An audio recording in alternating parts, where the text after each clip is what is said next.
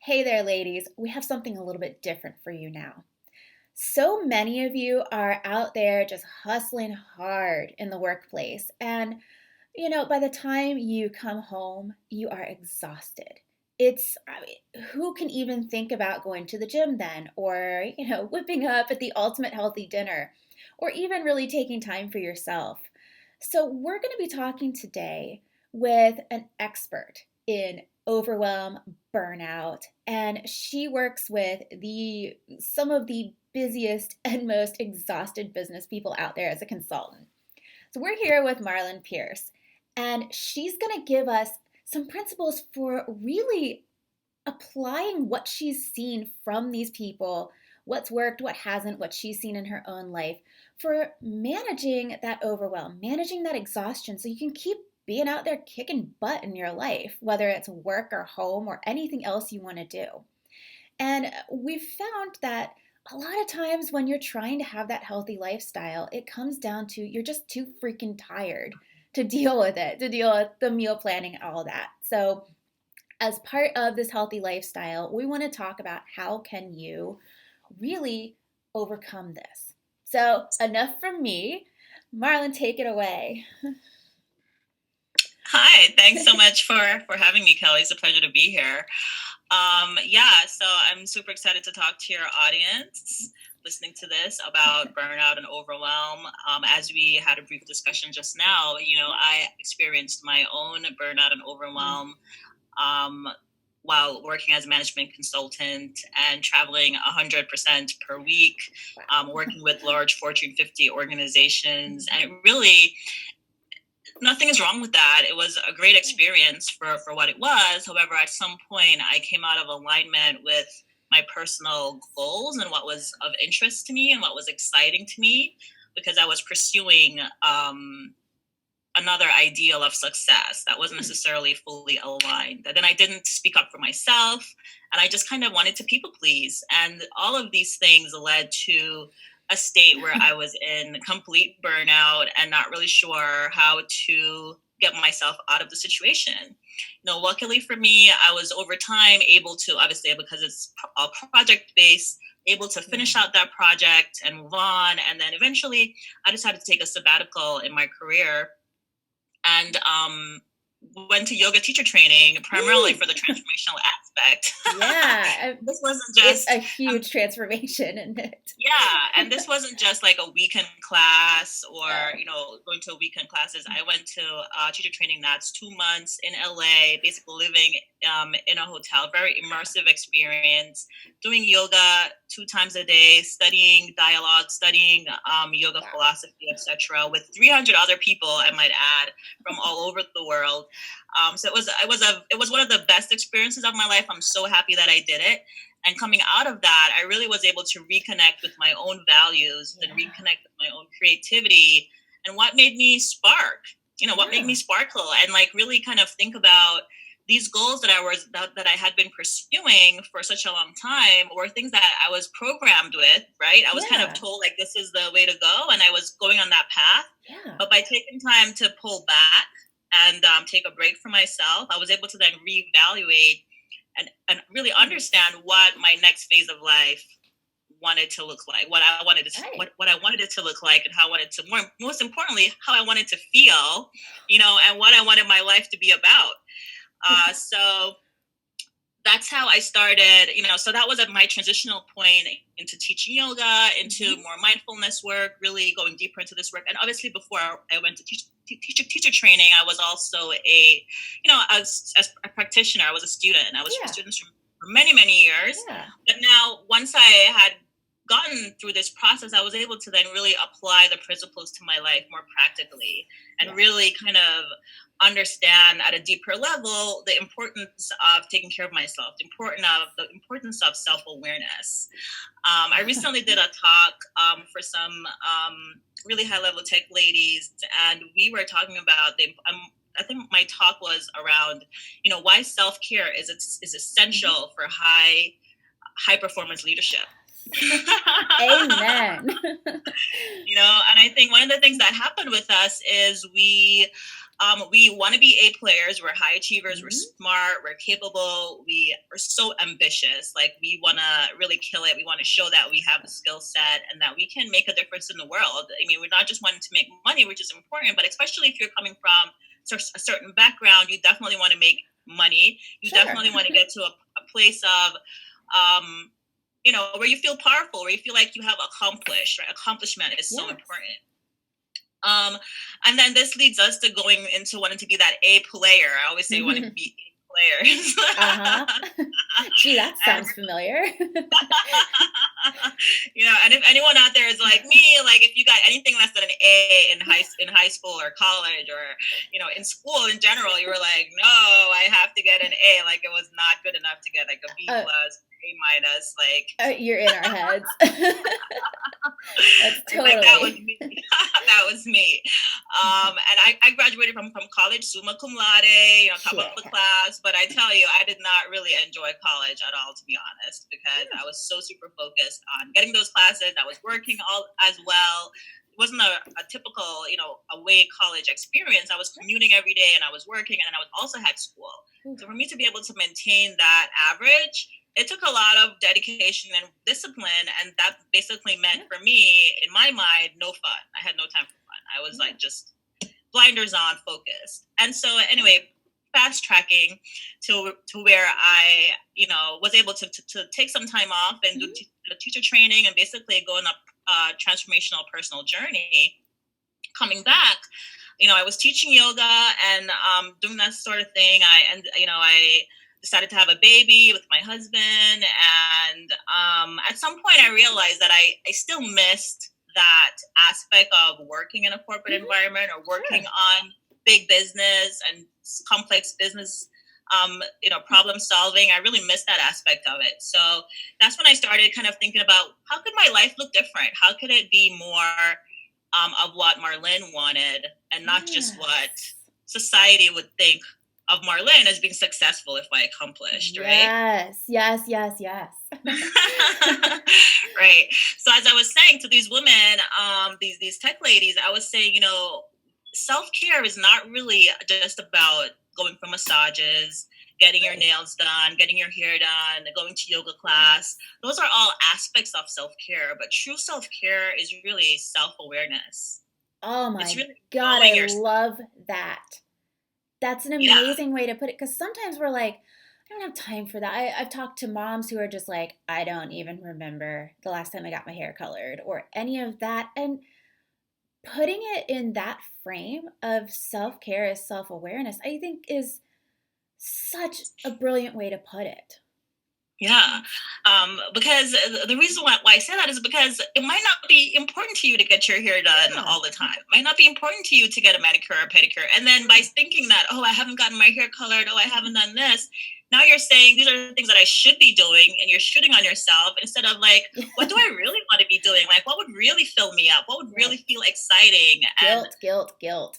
desirous to myself right now without that guilt, right? Yes. Without having the Yes. guilt of, oh, I should be doing this. Oh, I should be looking pretty for my husband. Oh, I should be doing more, Yes. for my kids. And I should be doing this and this. And I should look more perfect, right? And some of Right. these are just programming. Instead of, if you did those things because you were able to become aware of yourself and know what you value and what you truly care about, then it becomes a little bit easier. And Yeah. then you have less charge around what it means and what other people are going to think, because you know that it's really what you need in order to be, and operate from a place of groundedness and a place of strength. Yes. Another excellent point on really this.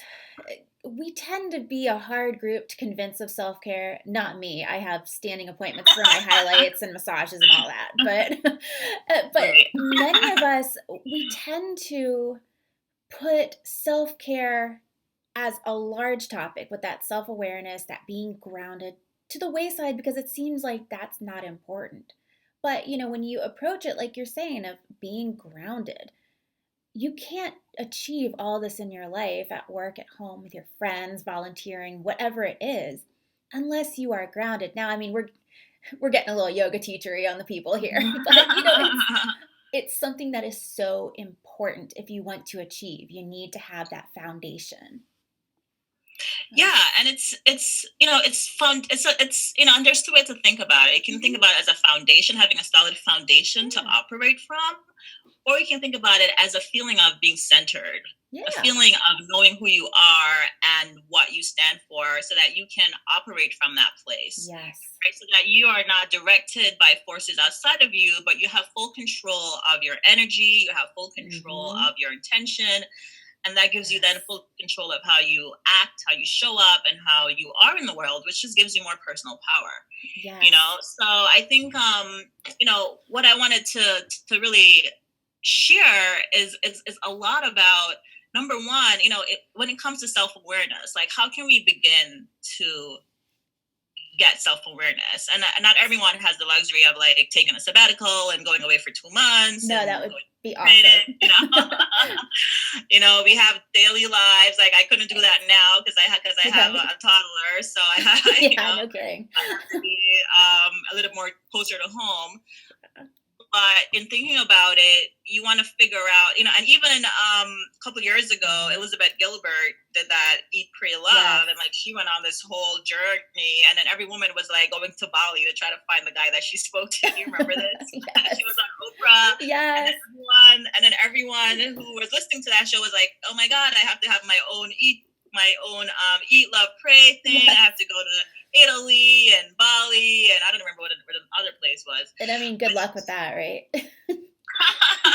Yeah, and a lot of people went on these trips and came back and nothing changed, Mhm. because it's not really about the activity. It's not really Yes. about what you do. It's not really about the external action of like Yes. taking a trip or like going to training, or it's really about time, finding time and Yeah. making space for yourself and dropping into that gap of Yes. just breathing, just being mindful, Yeah.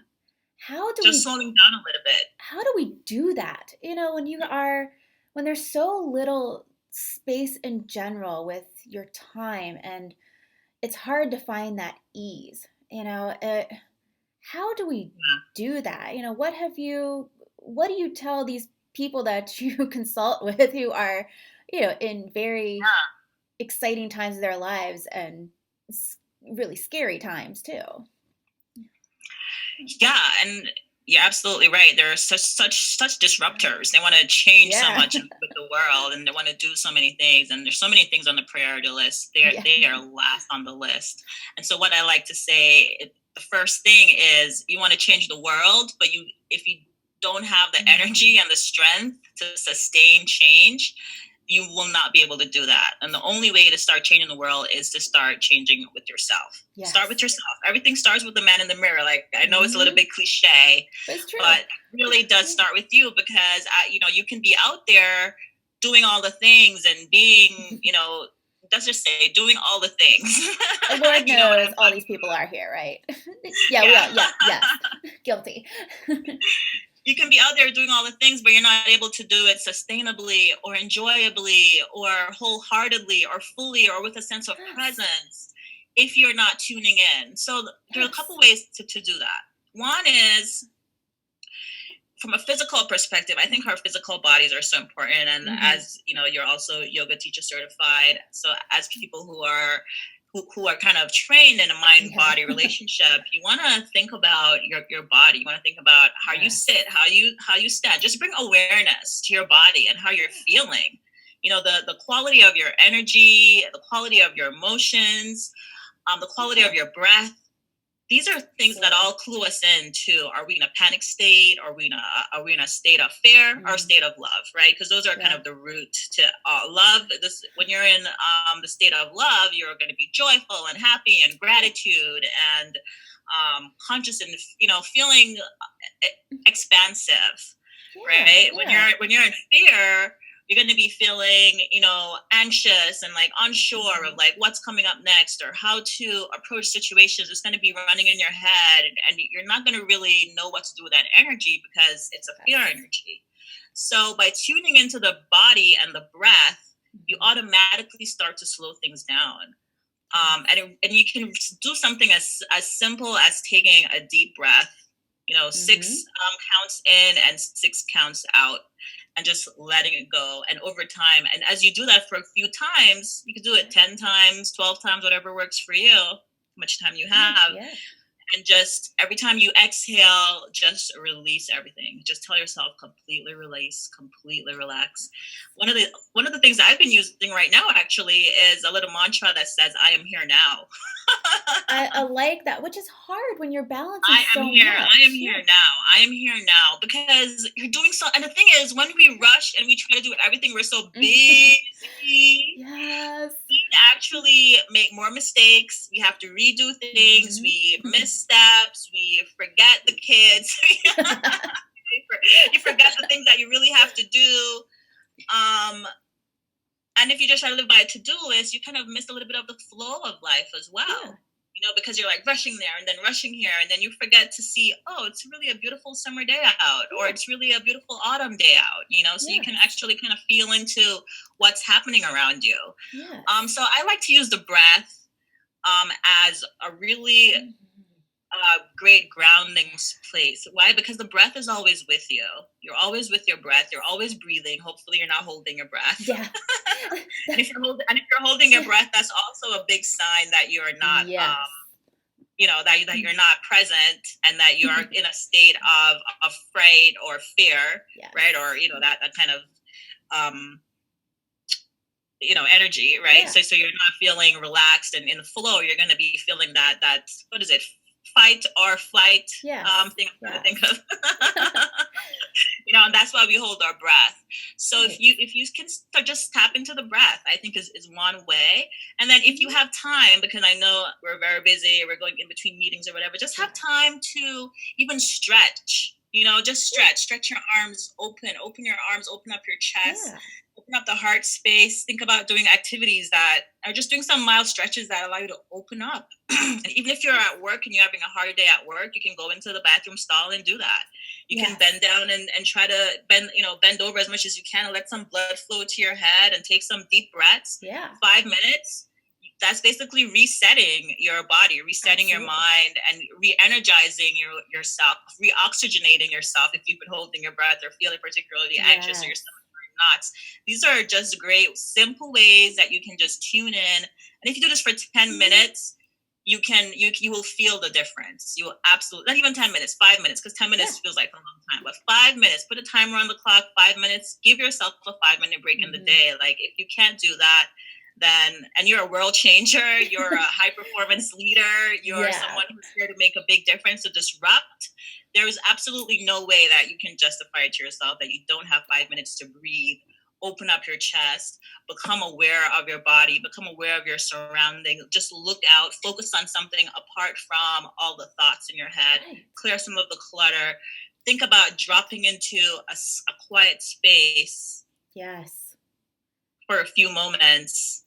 And that is how we build awareness. Well, that's just simple. It doesn't have to be a long formula. It doesn't have to jump through the hoops. It's very, very simple. Well, your point about stretching too, putting on my personal trainer hat now, opening up your chest, especially after sitting at your desk, when we sit at a computer all day, which many of us do, we get very overactive pectoral muscles, and that pulls everything forward. So by opening up your heart, not only are you giving yourself a stretch you really, really need, but you're also, you are moving out of that just energetically exhausting space for a moment. And like you said, I love, love, love turning upside down for just a moment, just bending over. And of course, I work from home most days, so I can do weirder stuff. But, just that second where you just reach down, touch your toes, come on back up. And that blood flow to your head changes things. It literally changes your perspective by being upside down for a moment. The yoga people love an inversion. Yeah, exactly. It's essentially an inversion. And, you might want to go into the larger stall. Like the bathroom. That might help a little bit with some space. But if it's this tiny one, you can still do it.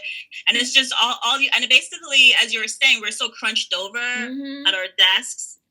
So this gives us an opportunity to not crunch, but to lengthen. So when you get down and try to grab your ankles or put your hands on your toes, Mm-hmm. depending on how flexible you are and what kind of shoes you're wearing. Yeah. And you just pull a little bit, you feel like you're stretching your whole back body. As opposed to when you're sitting at your desk, you're kind of crunched over. Now Yeah. you're kind of lengthening and lengthening at the same time, letting the blood just rush to your head and re-oxygenate Yeah. those cells. Take a moment, breathe a little bit deeply. You can still do the 6 counts even in Sure. that position, and then go on about your day. Drink some water. Stay hydrated. Yeah. That's And important too. it's hard to remember this stuff in times of overwhelm too. But I mean, all of these suggestions are especially important when you're overwhelmed. And you might not be able to bend over, touch your toes in a meeting, but you Yeah. can still do the breathing and you can still, it's essentially like making a hard stop so that you can change your mindset, you can change what's going on. And Mhm. that's important as you start to feel a little bit spun up, a little bit overwhelmed. And, it we might even be talking about a screaming toddler because they do that. Yeah. Find Yes. your just find your Yeah, and moment it's and then come not back and even heal. you don't even have to think about it as a Mhm. hard stop because you don't even have to stop what you're doing. Like Yeah. I'm sitting here listening to you, I can tune into my breath. Yeah, you could do it right here. You're right. When you're talking, I can just breathe. I can just be like, okay, I'm here now, which means I'm Yes. sitting in my chair now. I can, and the important thing about just that simple mantra, I am here now, is that you're present. It's saying to yourself, I'm present. I'm Yes. sitting right here, right now, which means that your mind doesn't have to worry about the thing that's coming next or what this Mm-hmm. person is Which we're going to so do good next at. or the other decision that you have to make or even the decision that you just made or what happened before. Yeah. It's like, I am here now. And that basically means I can make a different choice in Mm-hmm. this moment. I can say something in this moment. I can ask for space in this moment. And that's the other thing. We're afraid to ask for what we need Oh, because yeah. Common and theme for women. that also comes from not being aware even of what we need because Yeah. we're so ready to please others and we're Yes. so interested in pleasing others so that number one, make them feel good, but number two, so Right. they will think highly of us and value us more, Yeah. right? But it's like True. no one's really going to value you until you truly value yourself. Absolutely. And I know that is such a hard thing for us to remember. And a theme throughout this summit has been, ask for what you need, value yourself, take care of yourself. You can't help anybody unless you have helped yourself first. And this keeps coming up in these summit sessions because it's so critical for not just finding that space that keeps you mentally healthy, but also physically through your hormones, through your posture, and all these things that come from being spun up and overwhelmed.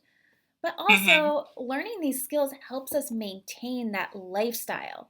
All of this advice makes this lifestyle sustainable. And being able to breathe and just, you know, for goodness sake, be present, be right here. If a situation's bad, be right there. And it's all about this self-awareness. Just like you said, self-care is self-awareness.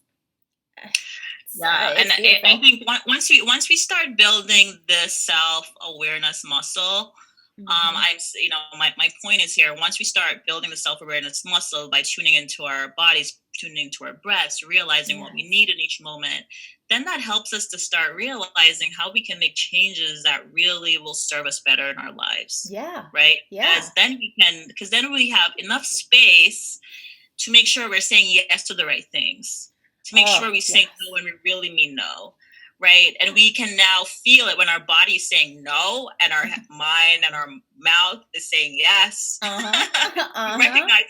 recognize those things right Hmm. away, and you might not have to do anything in that moment, but if you start noticing it more and more and becoming aware of it more and more, then Yeah. over time you'll find ways to change that because that won't feel good, and Yeah. you recognize the things and you recognize the patterns around the things, the people, the environment Hmm. that don't support you, Yeah. right? So then Exactly. you can start choosing different what places you want to be, which friends or which Hmm. individuals lift you up or put you down, or how you can negotiate relationships differently because you Yeah. might have your best friend who you've been best friends with for a long time, but maybe you've changed, or she or he has changed Yes. over time, right? And then it might not be the same, and so you might have to renegotiate that Hmm. relationship. But then you can start to think about it in a way, you're taking care of yourself by being aware of Right. what you need in order to be your best self, right? Right. And this really, I mean, I think it's a game changer. It's Yeah. really a game changer, because now you can flip that switch, and instead of thinking that self-care is a selfish act that I do to just please myself, Right. and it's the thing that I do where I spend money on myself and Right. like buy the thing that someone's going to be upset about, or I'm going to put myself in debt to feel better. Hmm. Now you can find ways to really feel better in the present moment, and you can Right. find low cost ways where you can just be at ease and at peace with yourself, where you don't Right. need as much. What's funny, I was listening to a Right. podcast like a while back, and it was actually a guy that was on this podcast, and he was saying, once he got, and the reason why I remember him, because he was Hmm. at the same company that I was previously, and there's a lot Oh, of yeah. pressure to perform and be competitive and be the Yeah. best and like go to the next level. Like, you're not gonna thrive in that environment if that's not Yeah. part of what you want. But what he was saying is that he was doing this, and he realized that he was always in a state of anxiety. In Hmm. order to compensate for that, he would go out and buy things that he didn't need. He'd be drinking a lot Yeah. that he didn't even, and he didn't like the way he felt after he drank. But he was just doing all these things, and then he ended up with a lot of debt. I mean, he had enough money he had money to Right. cover it, but then he didn't have money to do the other things that he really wanted to Right. do.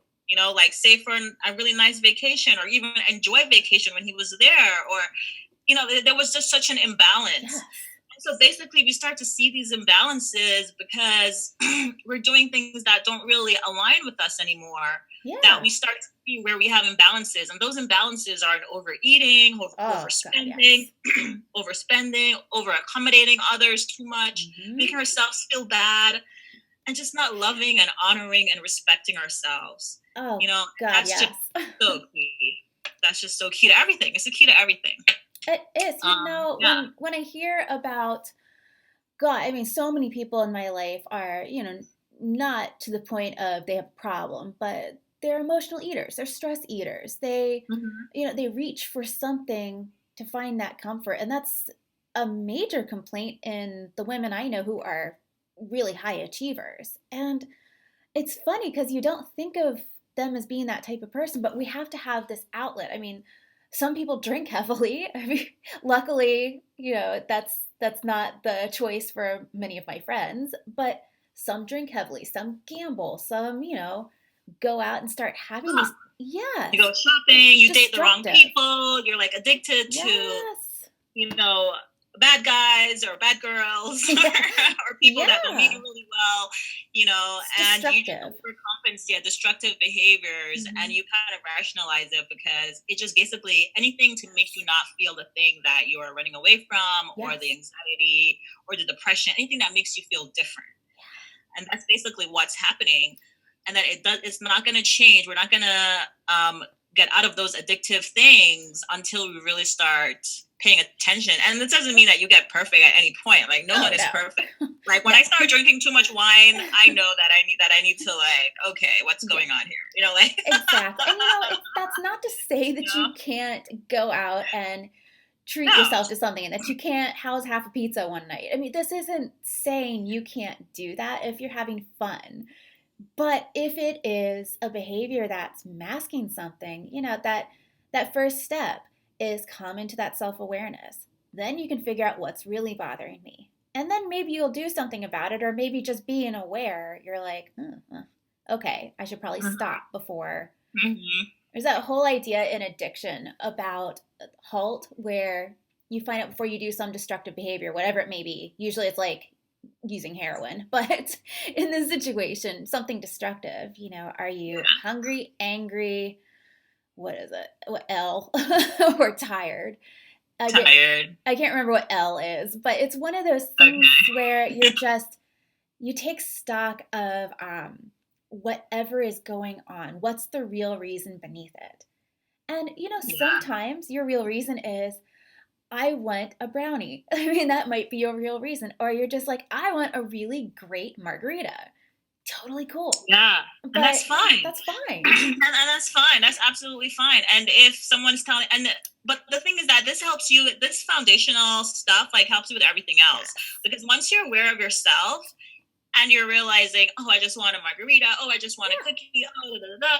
And then you kind of feel like, oh, I just want all these things, but then I don't really like the way my clothes is fitting, or I don't Right. really like the way that, I'm gaining weight in the wrong places, or Right. then you realize that you need to pull back on those things. Yes, you might want a brownie, but But yeah, but there's yeah. a but coming probably after that, Yeah. right? I mean, it's all about that A back to but. self-awareness, and maybe there's something else you can do for self-care besides Exactly. Maybe the there's brownie. something else you can do besides eating, or maybe you don't eat as Right. much. Sure. Because you start noticing, you start becoming more mindful, more Right. conscious, more Right.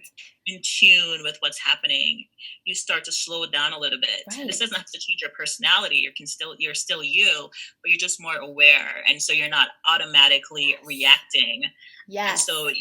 your reptilian brain is not controlling you. So you now Yes. start to have more control in your life. You more now start to feel more centered, and Right. you now realize how you can start to have real impact, right? Because then you can Yes. get to a place of clarity where you're Mhm. more clear on your values, right? Because you're Yeah. not just doing the things that everyone else expects of you, or the next thing that's on the list. Right. Now you can start to think about what you can start to realize what you truly value, because you hear the thoughts in your head, you feel the things in your Mhm. body, you know kind of what's really happening with you. Right. So then you can start to make changes, right? So now Right. clarity comes. Once clarity comes, then you can start to evaluate, Yeah. okay, is this some is the things that I want to do and the things I want to accomplish, like Mhm. what do I actually need to accomplish those things? Who are the people that I want need to be around me? What are some of the things Yes. that can support me in doing this? What skill sets do I Yes. have or don't have or need in order to Mhm. kind of get to the next Yeah. place, right? And it's about, thinking through, how can I elevate the people around me? How Right. can I make this people around me and the environment, elevate them in a way that aligns with my values, Right. in a way aligned with the vision that I really want to see out, in the Right. world, the thing I want to create. And this is about legacy too. Yeah. This is about, this is important to you only if, a healthy Yeah. lifestyle, a legacy is important. Living a life, living your quote unquote best life, Yeah. right? Exactly. This is what it is. Like, living your best life is not just living your best life today. It's about what happens when you're gone. Because that's one of the things Right. that we all have in common. We born and we Mhm. die. And what is your impact on the world, which is something so many of us are really concerned about in our work, in our family lives, in our community impact, in all these different aspects. What do we do for our friends? What will we be remembered by? And that's driving that legacy, even if we're not really thinking about after we die, that legacy and the what are we known for, Yeah, what are we seen as, what's our self-concept, that's driving this just almost compulsive busyness and achievement, which achievement's cool. I'm not knocking yeah, achievement, but in considering what is really important to that legacy, I think helps you become more based in how you were saying your values. And okay, so does that match your values? Are your values matching your behavior? And it all ties together to what are you doing to live your best life, which is yeah. what a healthy lifestyle. I Mhm. mean, that's code for healthy lifestyle, essentially. And it's, Exactly. yeah. And if you are, and if you, and it could be too that you are doing the things to get, to achieve goals that Hmm. you're clearly interested in and really want in your life. Yeah. But then you can now start to think about the quality of your life as you're going after it. Yes. And so that doesn't mean that you stop going after those goals, but you might find different ways to go after them, Hmm. ways that are more aligned with you, ways that are more aligned with the kind of people that you want to work with, the kind of people you want to be around, right? Yeah. So you don't have to derail your whole life after you get this clarity, Right. but now you can start to approach your life in a more controlled and directive way, intentional way, Yes. so that, as I say, you're not being reactive, you're not being led. Yes. You're definitely intentional and kind of moving the ball forward in a way that really works for you. Yes. And I mean, if you've gotten this far and achieved all of these things, you understand how to be intentional and focused. It's just that perhaps you yourself has you haven't been the one to benefit from that. You've achieved all these things, but maybe self-care, maybe weight loss, maybe just feeling happier, whatever your goal is, maybe you need to start applying all of that genius you've used in everything to yourself. And it starts with, well, what do you care about? And are you Mhm. matching up with that with what you're doing? Yeah, make yourself a priority. Make yourself Yeah. a priority. Tune into yourself, pay attention Yes. to yourself, and then direct your life from that place. Yes. And whatever that vision is, it, it's all valid. Again, like whatever your self-care version is, for me it's facials and hair and all that. For you, be true to you with what makes you happy, what lights you up, and Hmm. that makes it easier to set those goals and to make yourself a priority. Yep, So exactly. before we go, I have one more question for you. That is, it might be a doozy, hopefully not. Uh-oh. But if you were to give us one piece of advice of what to do to prioritize ourselves in a day, what is your best advice for that? I know that I hit you with a hard one at the end. No, it's okay. I'm just thinking, so what is one thing that we can do every day to prioritize Yeah. ourselves? And I think it's just to think, is to ask yourself when you wake up in the Hmm. morning, when you're still in bed, just say, what is my intention for today? I What's the love most that. important thing for me to do today?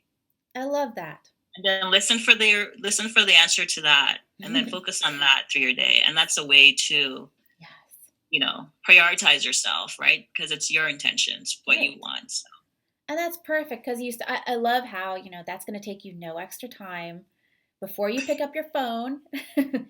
Mine, I sleep with my phone because, of course, yeah, before you yeah, even touch your phone, take that advice. And we can all do that every morning. I think we can commit to that.